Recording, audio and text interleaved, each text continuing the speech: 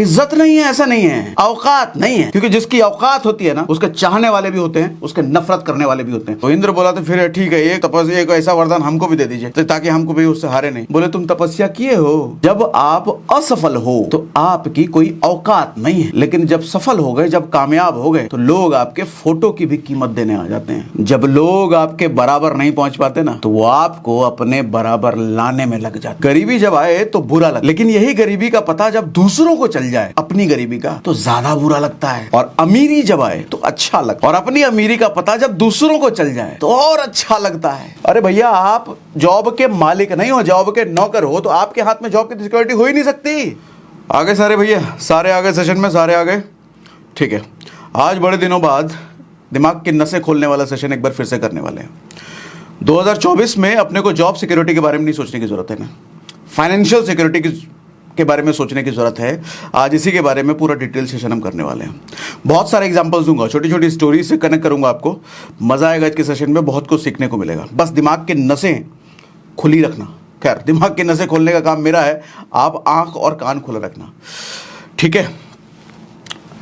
देखो, अभी कुछ दिनों पहले मैं मुंबई गया था, तो हुआ क्या, पूरे दिन काम वाम करने के बाद वापस जब लौट रहे थे अपने होटल की तरफ, तो 11-12 बज गए थे। तो रास्ते में हमारे को एक ठेले वाला दिखा, और उस ठेले के साथ में बड़ी लंबी सी लाइन अपने को दिखी।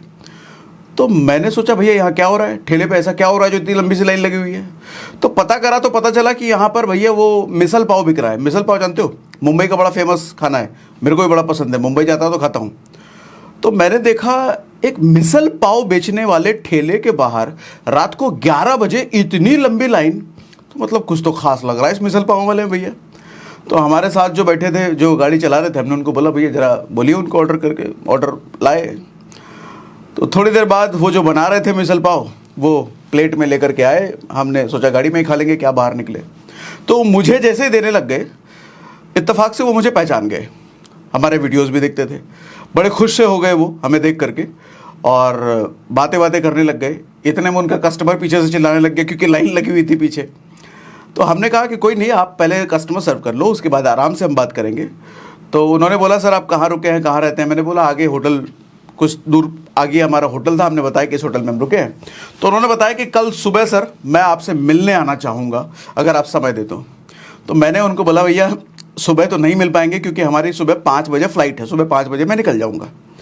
तब उन्होंने कहा कि 1:30 बजे मैं अपना ये काम ख़त्म करता हूँ, मैं 1:30 बजे आपके होटल आकर के आपसे मिलना चाहता हूँ। प्लस मेरा बेटा आपका बड़ा फ़ैन है, 14-15 साल का बेटा है, वो आपके वीडियोस देख करके आपसे मिल करके बहुत खुश होगा। तो अब कोई इस तरीके से बोले तो आप कैसे मना कर पाओगे, खास करके कोई बेटे छोटे बच्चे की बात करे तो। मैंने कहा ठीक है, मैं जगता हूँ 1:30-2 बजे तक, आप आ जाओ होटल, हम बात करेंगे बैठ करके। 2 बजे के आसपास वो अपने बेटे को लेकर के होटल आए। होटल के कमरे में हम बातचीत करने लग गए। उनकी बातें सुन के मैं शॉक हो गया। शॉक क्यों हो गया सर, एक मामूली मिसल पाव बेचने वाला, ठेला लगाने वाला, पिछले 4-5 सालों से जो ठेला लगा रहा हो, आपको क्या लगता है कितना कमाता होगा सर वो? सर कितना कमाता तो छोड़ो, आपको एक बात बता दूं सर, अगला 10-12 साल उसने अपना सिक्योर कर लिया था। 10-12 साल सिक्योर करने का मतलब समझ रहे हो, कि 10-12 साल तक अगर वो कुछ भी काम ना करे, ठेला उला कुछ ना लगाए, कुछ नहीं का मतलब कुछ नहीं, फिर भी उसको अपने फैमिली के सर्वाइवल में कोई दिक्कत नहीं होगी। इतना एसेट उसने लिक्विड एसेट बना लिया था। लिक्विड एसेट समझ रहे हो ना, मैं घर की बात नहीं कर रहा, जिस घर में रहते हो उस घर को एसेट बोलने की बात नहीं कर रहा। लिक्विड एसेट, कहीं प्लॉट खरीद कर डाल दिया है, कोई म्यूचुअल फंड, कोई SIP, कोई स्टॉक, ऐसी सी चीजें 10 साल 12 साल से ज्यादा वो सिक्योर कर चुका था अपना। मैं आपसे पूछता हूं, आपका कितने साल सिक्योर है? कहने का मतलब आपकी इनकम भगवान ना करे अगर बंद हो जाए किसी वजह से, जॉब की, बिजनेस की, कितने साल, ये कितना साल छोड़ो, कितने महीने तक आपका घर चल जाएगा बड़े आराम से? कितना ऐसा बना के रखा है? मेरे को जवाब मत देना, आप अपने आप को जवाब देना। सर इसको कहते हैं फाइनेंशियल सिक्योरिटी।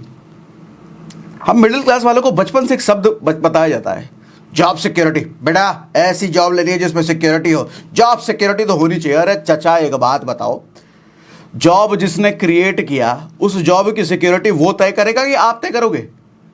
है? जॉब रखना है कि नहीं रखना है, जॉब पे आदमी रखना है कि नहीं रखना है, ये तो जॉब क्रिएट करने वाला सोचेगा ना। जॉब करने वाला कहां से तय कर सकता है कि ये जॉब सिक्योर होना चाहिए? अरे भैया, आप जॉब के मालिक नहीं हो, जॉब के नौकर हो, तो आपके हाथ में जॉब की सिक्योरिटी हो ही नहीं सकती। जिस दिन मालिक को लगेगा मुझे इस जॉब की जरूरत नहीं है, निकाल देगा वो, क्या कर लोगे आप? तो एक भ्रम से जगो, मैं आपको उठाना चाह रहा हूं। जॉब सिक्योरिटी फेक वर्ड है, मिथ है, होता ही नहीं है। मिडिल क्लास के कानों में, दिमाग में डाला जाता है, या अमीर लोग डालते हैं, कंपनी का मालिक लोग डालते हैं, अरे यार तुम यहाँ जॉब कर रहे हो, तुम्हारी जॉब सिक्योर है, तुम्हारी पूरी जॉब सिक्योरिटी है, इसलिए तुम यहीं बने रहो। अरे घंटा जॉब सिक्योरिटी कभी भी निकाल देगा वो। आए दिन देखते नहीं हो, IIT वाईटी करके अमेजॉन फेसबुक से लोग निकलते रहते हैं, निकाल दिया जाता है उनको। उनकी जॉब सिक्योरिटी है ही नहीं, आपकी कहाँ से हो जाएगी भैया? तो सोचना किस चीज़ के बारे में? Sir financial security. लेकिन कैसे? हमारी तो इनकम बहुत कम है, हम कैसे फाइनेंशियल सिक्योर? हमारा तो चलता ही नहीं है, सारा खर्चा घर चलाने में खत्म हो जाता है, कैसे होंगे हम फाइनेंशियल सिक्योर? ठीक है, तो वही बात करते हैं, आज कैसे होंगे। एक और बात बताता हूँ। अगले दिन जब सुबह मेरी 5 बजे की फ्लाइट थी और मैं फ्लाइट में बैठा, मेरी विंडो सीट थी, जनरली मैं विंडो ही सीट प्रेफर करता हूँ। थक गया था, रात भर सोया भी नहीं था, उन्हीं से बातचीत करने में काफ़ी समय लग गया था। सुबह 5 बजे की फ़्लाइट, तो मैं बैठ गया और थोड़ा सोने टाइप जैसा लग रहा था। इतने में मैं क्या देखता हूँ, मेरी बगल वाली सीट पर एक बड़ा हैंडसम सा, एक रिच अमीर लड़का आकर के बैठता है। तो मैंने जरा देखा उसको, अरे बड़ा हैंडसम सा रिच अमीर लड़का आके बैठा है। लेकिन बात करने का मन किया, लेकिन नींद इतनी आ रही थी तो मैंने इग्नोर कर दिया, मैं लेट गया, आंखें बंद कर लिया। फिर फ्लाइट जब धीरे धीरे टेक ऑफ हुआ, उड़ गई हवा में, तब मैंने कॉफ़ी ऑर्डर किया। तो कॉफ़ी जैसे ही मैं ले रहा था ना, चूंकि मेरी विंडो सीट थी, मेरे आगे वो था और उधर से ही कॉफ़ी आनी थी, तो हाथ में जब मैंने कॉफ़ी लिया ना, तो थोड़ा सा वो डगमगा गया ग्लास और हल्का सा कॉफ़ी उस पर गिर गया। तो अचानक से भाई साहब गर्मा गए, एकदम लाइन अंग्रेजी देने लगे। ए व्हाट, मैं बोल नहीं सकता, इधर आप समझ गए ना, what are you doing man, ऐसा करके जो अंग्रेजी वाली लाइन होती है। तो मैंने सॉरी और रिपेयर, माफ़ी चाहूँगा, माफ़ी मांगा, मैंने, मेरी गलती थी। जब उन्होंने मेरी शक्ल की तरफ देखा तो मुझे वो भी पहचान गए कि आप सागर सिन्हा हो। तो मैंने कहा हाँ भैया चलो बच गए, ना तो कोई पिटाई उटा ना हो जाता फ्लाइट में, चाय की कॉफ़ी गिरा दिया, उसके कपड़े मैंने पीट उठ ना दे हमको, तो हम बच गए भैया। फिर हमारी बातचीत होने लग गई। अच्छा, जब बातचीत होने लग गई, हाथ में आईफोन है, अमीर आदमी है, बातचीत करते करते फाइनेंसेस के बारे में काफ़ी सारे सवाल वो पूछने लग गए। आजकल मैं जहाँ जाता हूँ लोग फाइनेंस मैनेजमेंट के बारे में मेरे से सवाल पूछते हैं, स्टॉक मार्केट के बारे में सवाल पता नहीं क्यों, ठीक है करते हैं, अच्छा लगता है।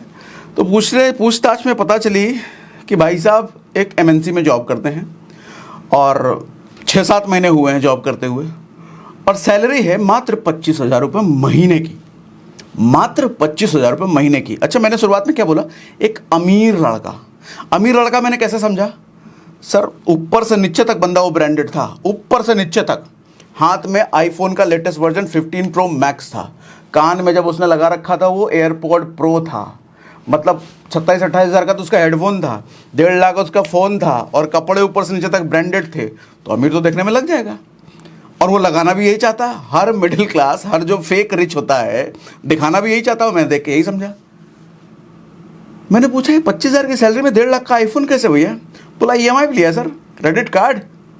मैंने कहा हमारी वीडियो देखते हो फिर भी तुम EMI पे आईफोन ले रहे हो? बोला हाँ देखते तो हैं, बताते तो हैं, लेकिन मन कर जाता है, क्या करें। ठीक है, मोरल ऑफ द स्टोरी क्या है सर? रात को मैं ऐसे आदमी से मिलता हूं जो मामूली ठेला लगाता है, मिसल पाव बेचता है, और अपने 10-12 साल को सिक्योर कर चुका है। अगले दिन सुबह एक हैंडसम रिच दिखने वाले लड़के से मिलता हूं जो अपनी पूरी इनकम, पूरी हर महीने की कमाई वो अपने दिखावे पर, अपने अय्याशी पर उड़ाता है। अगले 10 साल बाद दोनों में से किसकी जिंदगी बेहतर होगी? अगले 10 साल बाद किसके पारिवारिक रिश्ते बेहतर होंगे? अगले 10 साल बाद किसके दिमाग में सुकून होगा? अगले 10 साल बाद कौन डर के साये में नहीं जिएगा कि कहीं मेरी करंट आती हुई इनकम को कुछ हो जाए तो मेरा घरबार कैसे चलेगा? जवाब मिल गया होगा, पहला वाला। अब आप फिर से यही पूछोगे, मुझे पता है कि भैया हमारी इनकम है कम, कैसे करेंगे हम ये सब? रोनाल्ड रीड का नाम सुने हो? एक किताब मैंने पढ़ी, साइकोलॉजी ऑफ मनी, तो उसमें एक स्टोरी है रोनाल्ड रीड के बारे में। सर अमेरिका में ना, यह आदमी एक मामूली सफाई कर्मचारी, अपने यहाँ जो झाड़ू पोछा करने वाला होता है, ऐसा आप समझो। मामूली सफाई कर्मचारी 2014 में 92 साल का ये जब हुआ तो इसकी मौत हुई। अच्छा, जान के आपको ताज्जुब होगा कि 2014 में ही अमेरिका में 28 लाख लोग मरे थे, लेकिन उन 28 लाख लोगों में से सिर्फ 4000 लोग ऐसे थे जिनका एसेट, जिनकी संपत्ति $8 मिलियन से ज्यादा थी, $8 लाख से ज्यादा थी। सिर्फ 4000 लोगों के पास। और उन 4000 लोगों में ये अपना क्या रीड था, ये सफाई कर्मचारी। आप कहोगे ये जरूर कोई 2 नंबर काम कर रहा होगा, पीछे ड्रग्स का धंधा कर रहा होगा, तभी तो इतना संपत्ति आया भैया। मतलब 28 लाख लोग मरे और सिर्फ 4000 लोगों में जितनी संपत्ति थी हाईएस्ट, ये उनमें था। हाँ जी, कोई लॉटरी नहीं लगी थी सर, कोई 2 नंबर का काम नहीं करता था। दरअसल वो थोड़ा थोड़ा पैसा स्टॉक इन्वेस्टिंग करता था, म्यूचुअल फंड इन्वेस्टिंग करता था, जिसकी वजह से अंत समय में इतना बड़ा, बिकॉज ऑफ कंपाउंडिंग। ये नहीं, आपको तो पता है ना, हम पहले भी कई बार सेशन कर चुके हैं कंपाउंडिंग के। कंपाउंडिंग का फायदा क्या है? कंपाउंडिंग आपसे ज्यादा पैसा नहीं मांगता है इन्वेस्ट करने के लिए, आपसे ज्यादा समय मांगता है। थोड़े थोड़े पैसे देते रहो, लेकिन लंबे समय तक देते रहो, तो कंपाउंडिंग इतना गुना करके आपको पैसा देता है कि आप शायद सोच भी नहीं सकते। अगेन वही एग्जाम्पल, 1 रुपए को हर रोज अगर डबल करते रहो तो 31वें दिन वो 100 करोड़ रुपए बन जाता है। गलत नहीं सुना आपने, 100 करोड़ रुपए, कई बार बोल चुका हूं मैं। ये पावर है कंपाउंडिंग की। अब बात समझ आ रही है मेरी? सर, फाइनेंस इकलौता ऐसा फील्ड है जहां पर आपसे ज्यादा बड़ी डिग्री भी किसी के पास है ना, उससे भी ज्यादा आप अमीर जल्दी बन सकते हो, उससे भी ज्यादा आपके पास संपत्ति हो सकती है अगर पैसों के मैनेजमेंट की थोड़ी बहुत भी आपको नॉलेज है तो। और मैं तो कहूंगा कि अगर आपको किसी एक्सपर्ट से सीखने का मौका मिले फाइनेंशियल एजुकेशन, तो भैया सारे काम धाम छोड़ करके उसे सीखने जाना। इसीलिए मैं आपको एक बाइट सुनने की सलाह दूंगा, stock market simplified by Ahmed Ali Khan. ऐसे कई सारे बाइट्स कुकू एफएम पर हिंदी में अवेलेबल हैं। अब आप कहोगे बाइट्स क्या है? तो बाइट्स उन लोगों के लिए एक अमेजिंग सॉल्यूशन है जिनके पास समय की कमी होने की वजह से वो बुक नहीं पढ़ पाते। बाइट्स को सुनकर सिर्फ 15 मिनट में पूरी बुक की लर्निंग आप ले सकते हो, और इसका नरेशन भी काफी स्मूथ है। आप इन्हें मॉर्निंग वॉक करते हुए, खाना खाते हुए, इवनिंग वॉक करते हुए कभी भी सुन सकते हो। मैं तो अपने ट्रैवलिंग टाइम को बड़े अच्छे से यूज कर रहा हूं इन दिनों बाइट्स को सुन करके। पिछले कुछ दिनों में मैंने कुछ 3 बाइट्स सुनी। पहला लर्न टू अर्न, दूसरा how to get high returns from SIP, तीसरा 3000 में फ्यूचर सिक्योर, जिससे मुझे तो काफी कुछ नया सीखने को मिला भैया। इसलिए मैं आपको भी सलाह दूंगा, बाइट्स को जरूर चेकआउट करो। और अगर आप कुकू एफएम के सब्सक्राइबर नहीं हो तो मैं कहूंगा एक कूपन कोड SRS50 इस्तेमाल करके पहले महीने के सब्सक्रिप्शन पर 50% डिस्काउंट लेने का मौका बिल्कुल ना छोड़ना, जिसकी वजह से आपको 99 नहीं सिर्फ 49 ही पे करना पड़ता है। ऐप डाउनलोड करने का लिंक और डिस्काउंट कोड हमने डिस्क्रिप्शन और पिन कमेंट में डाल दिया है। अब आते हैं back to the topic. Sir, बात यह है, ये जो गरीबी है ना सर, गरीबी आए तो बुरा लगता है। मेरी बात आप ध्यान से सुनना, मैं जो समझाना चाह रहा हूं। गरीबी जब आए तो बुरा लगता है, लेकिन यही गरीबी का पता जब दूसरों को चल जाए, अपनी गरीबी का, तो ज्यादा बुरा लगता है। और अमीरी जब आए तो अच्छा लगता है, और अपनी अमीरी का पता जब दूसरों को चल जाए तो और अच्छा लगता है। लेकिन अब ध्यान से सुनो, ये अमीरी दूसरों को आपकी कभी अच्छी नहीं लगती सर। ये अमीरी ना आपको सच्चे दुश्मन और झूठे दोस्तों से मिलाएगी। जो दोस्त बनेंगे वो झूठे होंगे, लेकिन जो दुश्मन बनेंगे आपकी अमीरी की वजह से वो सच्चे होंगे। चाहे वो जलन से बने, चाहे आपसे उधार मांगा हो और उधार आपने ना दिया हो इसकी वजह से बने हो, चाहे आपके रिश्तेदार ही हो, पहले दोस्त रहे हो, लेकिन आपकी अमीरी देख करके कहे हमको भाव नहीं दे रहा, घुमाने नहीं ले जा रहा, हमको कुछ गिफ्ट नहीं दे रहा, हमको उधार नहीं दे रहा है, दुश्मन बनेंगे। लेकिन वो दुश्मन जो उस वक्त बनेंगे वो सच्चे दुश्मन बनेंगे, लेकिन जो दोस्त मिलेंगे वो नकली होंगे, क्योंकि आपकी अमीरी को देख के आपके पास आए हैं। जब लोग आपके बराबर नहीं पहुंच पाते ना, तो वो आपको अपने बराबर लाने में लग जाते हैं। और दुनिया में सिर्फ नाई ही ऐसा है जो पूछ करके काटता है, लेकिन बाकी दुनिया तो बिना पूछे काट देगी सर आपका। इसीलिए पैसों की समझ होनी बहुत ज़रूरी है। पैसा दिखाना है या नहीं दिखाना है, इसकी समझ होनी बहुत ज़रूरी है। एक मूवी आई थी अभी 12वीं फेल, देखा ना, मनोज जो IAS बने थे। उस मूवी में एक सीन है, वो लड़का एडमिशन लेने जाता है और उसके पास ज़्यादा पैसे नहीं होते हैं, तो उसको एडमिशन नहीं दिया जा रहा था बेचारे को। लेकिन बाद में जब वही लड़का IPS बन जाता है तो उसको एक फोटो खिंचवाने के लिए उसको 1.5 लाख रुपए देने को तैयार हो जाता है वही इंस्टीट्यूशन वाले जो इंस्टीट्यूशन से उसको भगा दिया गया था। यानी कि एक चीज समझ में आती है सर, जब आप असफल हो तो आपकी कोई औकात नहीं है, लेकिन जब सफल हो गए, जब कामयाब हो गए, तो लोग आपके फोटो की भी कीमत देने आ जाते हैं। जब गिरोगे ना दोस्त तो कोई उठाने नहीं आएगा, लेकिन अगर खुद उठकर खड़े हो गए तो दुनिया तुम्हारी कहानी सुनाएगी। तो इस बात का जो रोना रोते हो ना, कोई तुमसे सही बिहेव नहीं करता, अपनी औकात तो बदलो, लोगों का बर्ताव यूं बदल जाएगा। हमारे एक मित्र हैं अभिषेक जी, उन्होंने हमें फ़ोन किया कि सर ये वाइट टी शर्ट ऊपर आपने पहन रखा है तो नीचे जूते भी वाइट होने चाहिए। अक्सर आपने अगर कभी नोटिस किया हो तो मैं ब्लैक स्पोर्ट्स शू पहनता हूँ जिसका शोल वाइट होता है। तो उनको मैंने बताया, अभिषेक भैया ऐसा है कि पिछले 3 साल से हमारे पास एक ही स्पोर्ट्स शू है, इसके अलावा कोई दूसरा जूता ही नहीं है हमारे पास, तो हम कहाँ से सफ़ेद है वो दूसरा पहने हम। अब आप कहोगे अरे एक ही जूता? हाँ भैया, पिछले 3 साल से हमारे पास एक ही स्पोर्ट्स शू है और वही हम पहनते हैं। हमारे को कोई शौक नहीं है बाहरी चीज़ों पर खर्च करके दूसरों को दिखाने में। मैं अपना पैसा वहाँ लगाना चाहता हूँ जिससे मेरी ग्रोथ हो, मेरे पैसे की ग्रोथ हो। देखो सर एक चीज़ समझो, पेड़ के पत्तों पर पानी दोगे ना तो कभी पत्तों की ग्रोथ नहीं होगी। पेड़ के जड़ों में पानी दोगे ना तो जड़ भी बढ़ेंगे और पत्ते भी बढ़ेंगे। हम गलती ये करते हैं कि पेड़ के पत्तों को पानी दे रहे हैं आजकल। हमारे पत्ते क्या, बाहरी दिखावा, कपड़े, जूते, आईफोन, इन सब पर खर्च करते हैं, जिसकी वजह से होता क्या है सर, पत्ते तो सड़ते ही हैं, साथ में जड़ भी सड़ता है। लेकिन वही अगर आपने इन्वेस्टमेंट अपना जड़ पर किया, जड़ मतलब ये ब्रेन, दिमाग, इस पर समय लगाया, इस पर खर्च किया, तो सर पत्ते भी बढ़ेंगे और जड़ भी बढ़ता चला जाएगा। ये समझ होनी जरूरी है सर। आज के लोगों में ये समझ खत्म हो गई है। मेरी बात मानते हो कि नहीं? मेरी बात से अग्री कर रहे हो? मुझे कमेंट बॉक्स में लिख के बताइए, यस अग्री, अग्री, मुझे लिख के बताइए। सर मेरा एक दोस्त था, मतलब है, कोविड में ना उसकी जॉब चली गई। जब कोविड आया था, मेहनती लड़का था, हाथ पैर मार करके उसको पता चला कि मास्क बड़ा ट्रेंड में है इन दिनों, मास्क बनाने के काम में वो लग गया। थोड़ा पैसा उससे सेविंग सब लगा करके मास्क बनाने के काम में लगा, और 3 महीने के अंदर उसने इतने पैसे कमाए कि पिछले 5-7 साल की नौकरी में जितना नहीं कमाया था वो उससे कहीं ज़्यादा उसने 3 महीने में कमाए सर। क्योंकि मास्क ट्रेंड में था, हर जगह ज़रूरत थी, मार्जिन भी अच्छा था। अच्छा, इसकी वजह से हुआ क्या सर, 70 लाख की कार खरीदी उसने, 4 BHK का फ्लैट खरीदा उसने।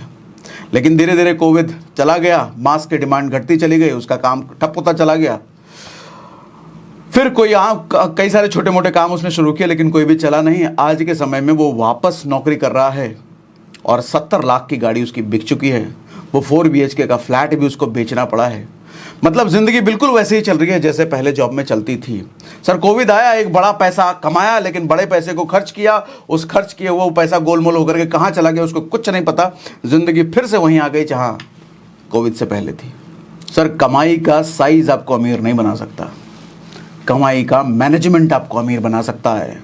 अगर पैसों को मैनेज करना नहीं आता तो आप कितना भी कमा लो सर, पैसे के पैर नहीं होते हैं, पैसे के पंख होते हैं। उड़ जाएगा, आपको पता भी नहीं चलेगा, उड़ेगा वो आपके ही हाथ से, लेकिन आपको भनक तक नहीं लगेगी पैसे गए कहाँ, अरे सारे पैसों कहाँ चला गया हमारा। फिर ऐसे में कई बार ख्याल आता है कि यार सब कुछ खत्म हो गया, अब कुछ नहीं बचा ज़िंदगी में, सुसाइड कर ले। लेकिन मेरी एक बात याद रखना है दोस्त, जब जब बुरा समय आपके पास आता है ना, बुरा समय आने का एक ही पर्पस होता है कि आपको मजबूत बनाए। और अगर सच में वो समय को अपने आप को मजबूत बनाने में लगा दिया ना, फिर वापस जो अगला समय आता है वो पहले वाले से भी बहुत ज़्यादा अच्छा समय आता है। देखो जब जब आप भगवान से अच्छा समय मांगते हो ना, भगवान आपको कैसे देगा अच्छा समय? भगवान आपको कामयाबी तक पहुंचाने की सीढ़ी दे सकता है। हाँ, आपको मान लो अगर छत पे चढ़ना है और आप भगवान से मांगते हो हमको छत पे पहुंचा दो, भैया चमत्कार करके वो छत पे तो पहुंचाएगा नहीं, भगवान आपको सीढ़ी दे देगा। अब आप सीढ़ी देख के टेंशन में आ जाओगे, अरे तो सीढ़ी इतना चढ़ना पड़ेगा हमको। अरे भैया सीढ़ी दिया है, वही सीढ़ी तो छत तक लेके जाएगा, जो आप चाहते थे वही सीढ़ी तो कामयाबी तक लेके जाएगा। लेकिन उस सीढ़ी पर चढ़ने की मेहनत तो आपको करनी पड़ेगी। हम घबरा जाते हैं वो सीढ़ी देख करके सर, भूल जाते हैं कि भगवान, कई बार बोला आपको, रात में पेड़ पे बैठे चिड़िया को गिरने नहीं देता जो डाल पर सो चुका होता है। हमें कैसे छोड़ देगा सर? हर चीज़ का मकसद है। जैसा भी समय हमारे साथ आता है हर चीज़ का एक पर्पस है सर, और हमारे भले के लिए आता है वो। जिंदगी जब तुम्हें 10 फीट पीछे धकेले ना, तो 100 फीट आगे जाने की औकात पैदा करो, क्योंकि बड़ी छलांग बिना पैर को पीछे लिए नहीं लिया जा सकता दोस्त। एक स्टोरी सुनाता हूं तारकासुर की, शिव पुराण में है ये। तारकासुर को देवताओं से युद्ध लड़ना था, तो उन्होंने ब्रह्मा जी की तपस्या करी। उन्होंने क्यों बोल रहा हूं मैं, उसने, युद्ध राक्षस था, उसको उन्होंने थोड़ी बोलेंगे। उसने ब्रह्मा जी की तपस्या करी, तो ब्रह्मा जी प्रकट हुए उसके सामने, उसकी कड़ी तपस्या को देख करके। तो उसने मांगा कि भैया क्या चाहिए तुमको। उसने, ब्रह्मा जी ने पूछा क्या चाहिए तुमको, तो उसने बोला कि हमारे को एक ऐसा वचन दे दो कि युद्ध में मैं जो व्यू बनाऊं, जैसे चक्र व्यू वगैरह होता था, युद्ध में मैं जो व्यू बनाऊं उसको कोई भी तोड़ ना सके किसी तरीके से। ब्रह्मा जी ने बोल दिया तथास्तु, इतना कड़ा तपस्या करेगा, देना ही पड़ेगा भैया। वापस जब ब्रह्मा जी स्वर्गलोक पहुंचे तो उधर इंद्र था, गुस्साया हुआ है, ब्रह्मा जी आपने ऐसे कैसे वरदान दे दिया, वो हमें पे, हमारे स्वर्ग पे अटैक करने वाला है, इसीलिए आपसे लिया है वो। बोला हमको पता है भैया, तो कैसे ऐसा वरदान दे दिए। ब्रह्मा जी कैसे नहीं देंगे, इतना कड़ा तपस्या किया है उसने, तो मैं कैसे नहीं दे दूं उसको। तो इंद्र बोला तो फिर ठीक है, एक ऐसा वरदान हमको भी दे दीजिए, तो ताकि हमको भी उससे हारे नहीं। बोले तुम तपस्या किए हो, जाके करो तपस्या, तपस्या करोगे तो तभी तो देंगे। एक बात समझने की कोशिश कीजिए सर, ब्रह्मा जी भी देवता, इंद्र भी देवता। सर एक देवता दूसरे देवता को फ्री फोकट में वरदान देने को तैयार नहीं है बिना तपस्या किए। हम तो इंसान हैं, बिना तप करे, बिना आग में जले भगवान हमको कैसे वरदान दे देगा सर। सर ब्रह्मा विष्णु महेश, जितने भी आपने पौराणिक कहानियां सुनी होगी सर, हर चीज में आपने देखा होगा जिसने तपस्या किया भगवान ने उसी को तथास्तु बोला। आलसी निकम्मों नक्कारों को कभी तथास्तु नहीं बोलते भगवान। सर हमारी सबसे बड़ी समस्या ये है कि सर खराब रिमोट होता है और हम टीवी को रिपेयर कराते हैं। नहीं समझे, समझाता हूँ। आपसे एक सवाल पूछता हूँ, आपके घर में अगर टीवी का रिमोट खराब हो जाए तो टीवी का डिस्प्ले रिपेयर कराओगे या रिमोट रिपेयर कराओगे? रिमोट ही कराओगे ना। लेकिन असल ज़िंदगी में हम उल्टा करते हैं सर, हमारी परिस्थितियों को हम दोष देते हैं, हमारे समय को हम दोष देते हैं, लेकिन वो किस वजह से खराब हुआ? अरे वो तो सिर्फ डिस्प्ले है। खराब करने का कारण तो हमारा ये है, हमारी सोच है, हम खुद हैं। हम हरामखोरी करते हैं तब जाके हमारी परिस्थितियां खराब होती है, हमारा समय खराब होता है। हम अगर सही रहे, मेहनत करते रहे तो वो खराब नहीं होगी ना। तो ठीक किसको करने की जरूरत है? इसको। और हम किसको दोष देते हैं? हम क्या चाहते हैं ठीक हो जाए, परिस्थिति ठीक हो जाए, समय ठीक हो जाए, सब कुछ ठीक हो ही जाएगा, भगवान मेरा किस्मत ठीक कर दे, किस्मत ही खराब है मेरा। अरे तुम्हारी सोच खराब है चाचा। सर हमारी जिंदगी में जो भी चीजें हो रही है ना, वो समझ लो एक डिस्प्ले की तरह है। रिमोट यहाँ है, यहाँ जो भी दबाया जाएगा, यहाँ जैसी भी सोच होगी, उसका डिस्प्ले हमारी परिस्थिति के रूप में हमारे सामने आएगा। और हम परिस्थिति को कभी बदल सकते हैं, कब बदल सकते हैं? जब इधर बदलेगा। रिमोट इधर है ना सर, खराबी रिमोट में है। इधर जो बटन दबेगा ऐसा ही परिस्थिति बन जाएगा। और याद रखना, गति कितनी भी तेज हो सर, कुछ लोग बहुत गति पे बिलीव करते हैं, तेज करेंगे सर, फास्ट करेंगे, हमारे को जल्दी सक्सेसफुल चाहिए, सक्सेस होना है। वो रील याद आएगा मुझे, सक्सेसफुल हो रहा, सक्सेसफुल सुना है कि नहीं? सर एक बात बताओ, आपके हाथ में फेरारी लग गई, आपको दिल्ली से आगरा जाना है सर, एक नंबर गाड़ी आपके पास दिल्ली से आगरा जाने के लिए, लेकिन रास्ता आपने पकड़ लिया दिल्ली से रोहतक का। कभी आगरा पहुंचोगे क्या? कहाँ पहुंचोगे? अरे रोहतक पहुंच जाओगे, फेरारी होने के बावजूद भी। आज ऐसा ही समय है, आज युवाओं के हाथ में फेरारी है, सबसे तेज चलने वाला साधन है, लेकिन दिशा गलत है। किसकी बात कर रहा हूं मैं? हर किसी के पास स्मार्टफोन है, इंटरनेट है, वो दुनिया में जो चाहे वहां पहुंच सकता है, जो चाहे वो सीख सकता है, जो चाहे वो समझ सकता है, जैसी सोच डेवलप करना चाहे वैसे कंटेंट को पढ़कर, रीड कर, देखकर वो समझ सकता है, अपना दिमाग वैसा बना सकता है, लेकिन दिशा गलत है ना। उसको तो लड़कियों के इंस्टाग्राम पे रील देखना है, किसने कम कपड़े पहन रखे हैं वो देखना है, कौन सा नया आईफोन आया है, कौन सी गाड़ी। दिशा गलत है सर, स्पीड तो भरपूर है।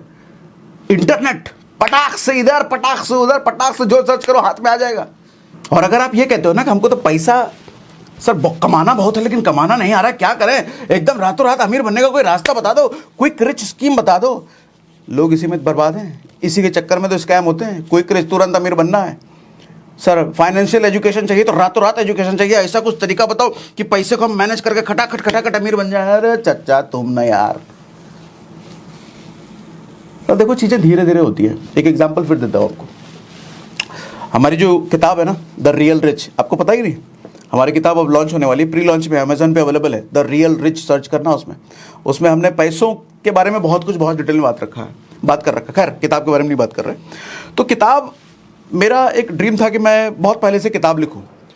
3 साल 4 साल पहले से मैं सोच रहा था किताब लिखूं, लेकिन क्यों नहीं लिख पा रहा था। मेरे मन में रहता था अरे यार 100 200 300 पन्ने का किताब लिखेंगे कैसे। जब पूरा फ्री समय मेरे पास होगा तब किताब लिखना शुरू करेंगे। वो 3 साल से कभी फ्री समय आया ही नहीं किताब लिखने का। तो मुझे किसी ने बताया कि किताब कभी ऐसे नहीं लिखा जाता कि फ्री समय तो कभी आएगा नहीं। किताब लिखने का सबसे अच्छा तरीका है कि हर 2-3 दिन पर 10-12 लाइन लिख दिया करो। मैंने कहा हर 2-3 दिन पर 10-12 लाइन्स, वो तो बहुत आसान है, तो कर लेंगे। सर कई महीनों से मैं करना शुरू कर दिया। सर कब किताब खत्म हो गई, पूरी बुक लिखा गई, पता ही नहीं चला। सर समझाना मैं आपको क्या चाह रहा हूं सर, जब तक आप इस एक्सपेक्टेशन के साथ काम करोगे कि मेरे को फटाफट रिजल्ट मिल जाए, रिजल्ट कभी नहीं मिलेगा। और रिजल्ट मिलना तो छोड़ो, आप काम को स्टार्ट ही नहीं करोगे, क्योंकि आपको दिख रहा है अरे इतनी बड़ी चीज मैं कैसे पाऊंगा, होगा ही नहीं, हम स्टार्ट ही नहीं करेंगे। लेकिन थोड़ा करना शुरू कर दिया, किस दिन वो रिजल्ट को आप अचीव कर लोगे आपको पता ही नहीं चलेगा। सर कभी घर में दूध उबाला है या चाय बनाया है? देखो बहुत बढ़िया एग्जांपल है। सर दूध को जब गैस चूल्हे पर चढ़ाते हो, सर चूल्हे का आंच आप कितना भी तेज कर दो वो नहीं उबलेगा, वो दूध अपना शांत पड़ा रहेगा ऐसा करके। आप कहोगे बड़ा बदमाश दूध है, इतना आंच तेज कर दिया, उबल ही नहीं रहा। लेकिन थोड़ा समय 2-3-4-5 मिनट बाद सर आंच अगर कम भी रहे तो दूध एकदम फड़फड़ा करके उबलना शुरू हो जाता है। इसका मतलब क्या है सर? सर 2 मतलब है, 2 चीज़ें इसमें निकल के आती हैं। एक तो लगातार उस आंच का, गैस का सप्लाई होना, आग का सप्लाई होना लगातार। अगर आप बीच बीच में बंद कर दोगे तो दूध उबलना वही सुबह शाम हो जाएगा, लेकिन दूध नहीं उबलेगा। लगातार आग का सप्लाई है, और लगातार होने के बाद एक टाइम पे अचानक से दूध उबलता है। हमको लगता है बड़ा अचानक से। सर अचानक से नहीं उबला, उस पर मेहनत बहुत समय से की जा रही थी। उसका रिजल्ट आपको अचानक से दिख भले रहा है, लेकिन दूध के अंदर की सतह है ना वो गर्म हो रही थी। तो ऐसे ही जिंदगी में कोई भी चीज ना, बड़ा रिजल्ट तभी आता है जब काम अंदर बहुत हो चुका होता है। और काम जब तक अंदर हो रहा होता है बाहर कोई रिजल्ट दिखता नहीं है। सर आपने कभी स्टॉक मार्केट वगैरह देखा होगा, कई सारे स्टॉक्स होते हैं जो लोग कहते हैं अरे रातों रात है तो स्टॉक 30% बढ़ गया, 20% बढ़ गया। या कई बार हम कह देते हैं अरे कुछ लोगों की किस्मत तो रातों रात बदल गई, रातों रात कामयाब हो गया। सर देखने में लग रहा है रातों रात हुआ है, ऐसा नहीं होता है। कितने महीनों कितनों सालों की कंसिस्टेंट एफर्ट, कंसिस्टेंट मेहनत उसके अंदर चल रही थी, और एक दिन अचानक से ग्रोथ आती है तड़ से, तो कह देते हैं लोग कि रातों रात नहीं हुआ है सर, बड़ी लंबी रात गुजारी है उसने। वो अंदर काम कर रहा था, दुनिया को पता नहीं चल रहा था। याद रखो पब्लिक में आपको उसी चीज का एप्रिसिएशन मिलता है जिस चीज की प्रैक्टिस आप प्राइवेट में कर रहे होते हो। ना दूध अचानक उबलता है, ना किसी की ग्रोथ रातों रात होती है, ना कोई स्टॉक एक झटके में 20-30% बढ़ता है। सब कुछ बहुत लंबे समय से हो रहा होता है, हमें देखने में लगता है अरे अचानक हो गया है ये। और मैं तो कहूंगा जिंदगी में ग्रो करना इसलिए भी जरूरी है कि सर आपकी ग्रोथ से, आपकी कामयाबी से कुछ लोग जलने वाले होने चाहिए। क्योंकि ज़िंदगी में जब थक जाओगे ना, अरे बहुत काम करके थक गए, तो उन जलने वाले लोगों के बारे में जब सोचोगे ना, अरे ये भी मेरे से जलता है, बड़ा मजा आएगा उस टाइम पे। वो फेसबुक पे पोस्ट डालेंगे, आपकी बुराइयां करेंगे, आपको पता है जल रहा है, इसकी तो औकात नहीं मुझे सामने आने की, तो फेसबुक पे ही लिखेगा ना, ये बड़ा मजा आता है। फिर आपके सर्कमस्टेंसेस में, सॉरी आपके सराउंडिंग्स में, सर्कमस्टेंसेस नहीं, आपके सराउंडिंग्स में कुछ जलने वाले होने चाहिए सर। जितने ज़्यादा जलने वाले उतनी ही औकात आपकी बड़ी है। आपकी ज़िंदगी में, आपके सर्कल में अगर कोई जलने वाला नहीं है, समझ जाओ आपने कुछ उखाड़ा ही नहीं लाइफ में। समझ आ रही मेरी बात? पैदा करो सर, ऐसी ताकत पैदा करो, ऐसी पावर लाओ कि लोग जलें तुमसे। जल नहीं रहा तो तुमने कुछ उखाड़ा ही नहीं है? समझ पैदा करो सर, ऑब्जर्व करने की ताकत डेवलप करो। अच्छा, ऑब्जर्व करने से एक और बड़ी चीज याद आई, बड़ा महत्वपूर्ण बात बताता हूं, समझो ध्यान से। सर आपको लगता है कि खिलाड़ी ज्यादा पैसे कमाता है या खेल को खिलवाने वाला ज्यादा पैसा कमाता है? मतलब मैं आपसे पूछूं, अगर विराट कोहली ज्यादा पैसा कमाता है या फिर विराट कोहली को खिलवाने वाला शाहरुख खान की टीम या मुकेश अंबानी की टीम, वो ज्यादा पैसे कमाते हैं? सर खेल को खेलने वाला कितना कमा रहा है उससे कहीं ज्यादा खेल को खिलवाने वाला कमाता है। किसी भी खेल में देख लो सर, किसी भी खेल में। एक एग्जांपल लेता हूं मैं यूपीएससी का, बड़ा ट्रेंड में है ना इन दिनों। अच्छा, ये बात करनी इसलिए भी जरूरी है कि लोग जब यूपीएससी में सिलेक्शन नहीं होता है, आईएएस आईपीएस नहीं बनते हैं, हताश होते हैं, कुछ सुसाइड वगैरह बहुत चीज़ें होती है। सर ध्यान से सुनिए, अभी बात जिंदगी बदल जाएगी मेरी बात अगर समझ गए तो। सर एक तरफ है यूपीएससी का टीचर और एक तरफ है यूपीएससी के स्टूडेंट। सर यूपीएससी का स्टूडेंट 3 साल 4 साल 5 साल तैयारी करके उसका जब सिलेक्शन नहीं होता है तो वो कहता है मेरी किस्मत, मेरी जिंदगी बर्बाद हो गई, समय खराब हुआ, पैसा खराब हुआ। हाँ, ऐसा करता है। लेकिन किसी यूपीएससी टीचर का समय और पैसा खराब होता है क्या? कभी नहीं होता सर। सर हजारों बच्चे हैं, उन हजारों में से किसी का सिलेक्शन हो ना हो, यूपीएससी टीचर को तो पेमेंट पहुंचेगी ही पहुंचेगी। यानी कि तुम हारो या जीतो, वो तो हमेशा जीतेगा ही जीतेगा। सर खिलाड़ी हारे या जीते, सर खेल को खिलवाने वाला तो कमाएगा ही कमाएगा। इस बात को समझो। तो मेरा पर्पस आपको यह समझाने का ये है कि ऑब्जर्वेशन पावर डेवलप करो। सर समाज में जो हो रहा है ना, सिर्फ वो मत देखो, समाज में पर्दे के पीछे क्या चल रहा है वो देखने की ताकत रखो। आप यूपीएससी की तैयारी कर रहे हो, आईआईटी की तैयारी कर रहे हो, मेडिकल की तैयारी कर रहे हो, सर इस भाव से, इस पर्पस से क्यों नहीं पढ़ते कि अगर सिलेक्शन नहीं भी हुआ तो मैं पढ़ाऊंगा।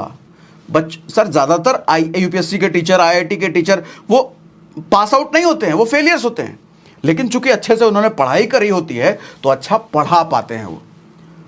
सर एक बात आपको पता ही नहीं पता है, एक आईएएस जितना कमाता है ना सर, कई सारे अच्छे यूपीएससी टीचर हैं, विकास देवकृति हैं, अवध ओझादी हैं, खान सर हैं, इन सब की कमाई आपको क्या लगता है? सर 10, 12, 15 आईएएस की जितनी कमाई होगी ना पूरे साल की, शायद ये महीनों का कमाते होंगे इतना। तो अगर गोल बनाना है तो ऐसा बनाओ ना। हाँ मैं मानता हूं हर किसी को पढ़ाने में एक्सपर्टीज नहीं होती, इंटरेस्ट नहीं होता, थोड़ा लाल बत्ती का रुआब चाहिए होता है। तो आप एक और बात समझो ना सर, जितनी इज्जत विकास देवकृति की है, आपको लगता है कि एक आईएएस की शायद उतनी इज्जत होगी? हाँ लाल बत्ती देख के सलाम ठोकने वाले बहुत सारे होंगे, लेकिन दिल से इज्जत। मैं आपको डाइवर्ट नहीं कर रहा कि आईएएस मत बनो, आईपीएस मत बनो, बनो, लेकिन इस सोच के साथ मत बनो कि अगर नहीं बना तो मेरी जिंदगी बर्बाद हो गई। ऐसा कुछ नहीं हुआ सर। दूसरा और स्कोप बचा हुआ है। ढंग से पढ़ाई तो करो, चाहे आईटी हो, मेडिकल हो। अगर आपने ढंग से पढ़ाई की है तो सर स्कोप बहुत सारे हैं। सिर्फ स्कोप वही नहीं है जो आप देख रहे हो। खिलाड़ी नहीं बन सके तो कोई बात नहीं, खिलाड़ी को खेल करवाने वाला बन जाओ, कमाओगे ज़्यादा। लेकिन हाँ उसमें मिडिल क्लास की वो जो बीमारी वाली सोच है उससे निकलना पड़ेगा। अगर सिलेक्शन नहीं हुआ तो हमारी इज्जत चली जाएगी, हमारे पापा के, अरे इज्जत कहीं तेल लेने। मिडिल क्लास की कोई इज्जत होती है क्या? सर गरीबों की कोई इज्जत होती है क्या? हमारी इज्जत चली जाएगी। सुनो एक बात और ध्यान से, बात याद आ गई। अभी मूवी आई थी ना, जवान मूवी रिलीज हुई थी फारूक खान की, कुछ टाइम पहले पठान रिलीज हुई थी। सर बड़े बड़े स्टार्स की जब फिल्म रिलीज होने वाली होती है ना तो हेटर्स एक्टिव होते हैं, बुराई करने वाले, साथ ही फैंस भी एक्टिव होते हैं, तारीफ करने वाले, दोनों टाइप के लोग एक्टिव होते हैं। हाँ फिल्म आ रही है तो मैं आपको समझाना ये चाह रहा हूं सर, जब आदमी पॉपुलर और बड़ा होता है ना तो उसको प्यार करने वाले भी होते हैं, उसको नफरत करने वाले भी होते हैं, दोनों लोग आते हैं उनके बारे में बोलने के लिए। लेकिन जब आदमी पॉपुलर है ही नहीं तो ना उसकी तारीफ करने वाला होगा ना उसका हेटर है। अभी आमिर खान की बहुत लंबे समय तो कोई फिल्म नहीं आई। आमिर खान के बारे में सोशल मीडिया पर कोई डिस्कशन है, कोई चर्चा है? नहीं है, फिल्म नहीं आ रही। लेकिन जैसे फिल्म आने वाली होगी देखना कैसे हेटर्स और फैन फॉलोअर्स दोनों एक्टिव हो जाएंगे। आपके बारे में समाज में अगर कोई बात नहीं कर रहा तो आपको लग रहा है कि आपकी इज्जत है? सर औकात नहीं है। बुरी लगेगी मेरी बात, नहीं बात तो मैं तो ऐसे ही बोलता हूं, मैं तो खुला बोलूंगा। मेरा पर्पस आपको बुरा लग रहा है तो लगाना है, बुरा लगेगा तभी तो किस्मत बदलेगी, तभी तो सुधरोगे, तभी तो अपने फाइनेंसेस को मैनेज करना सीखोगे। सर इज्जत नहीं है, ऐसा नहीं है, औकात नहीं है। क्योंकि जिसकी औकात होती है ना उसके चाहने वाले भी होते हैं, उसके नफरत करने वाले भी होते हैं। दुनिया में एक बड़ा सफल आदमी मुझे दिखा दो जिसके सिर्फ चाहने वाले हैं, नफरत करने वाले नहीं हैं। या कोई ऐसा आदमी दिखाओ जिसके सिर्फ नफरत करने वाले हैं, चाहने वाले नहीं हैं। अगर वो सफल है, अगर वो बड़ा है, दोनों ही होंगे। कुछ लोग गालियां देंगे, कुछ लोग पैर छुएंगे। और तुम्हें लगता है गालियों से डर? अरे तुम गालियों से डरोगे तो कहां बड़ा बन पाओगे भैया? गालियां तो मिलेंगी, लेकिन तुम गालियों क्यों दिख रहे हो? उन तालियों के बारे में सोचो ना जो तुम्हारे काम के तुम्हारे काम को देख करके लोग बजाने वाले हैं। समझे चाचा? इज्जत चली जाएगी। कोई बुरा बोल नहीं रहा तो ये मत समझो इज्जत है, औकात नहीं है। आज के सेशन में अगर मज़ा आया है तो मुझे कमेंट बॉक्स में लिख के बताइए मज़ा आया। और कुकू एफएम डाउनलोड करने का लिंक हमने डिस्क्रिप्शन और पिन कमेंट में डाल दिया है।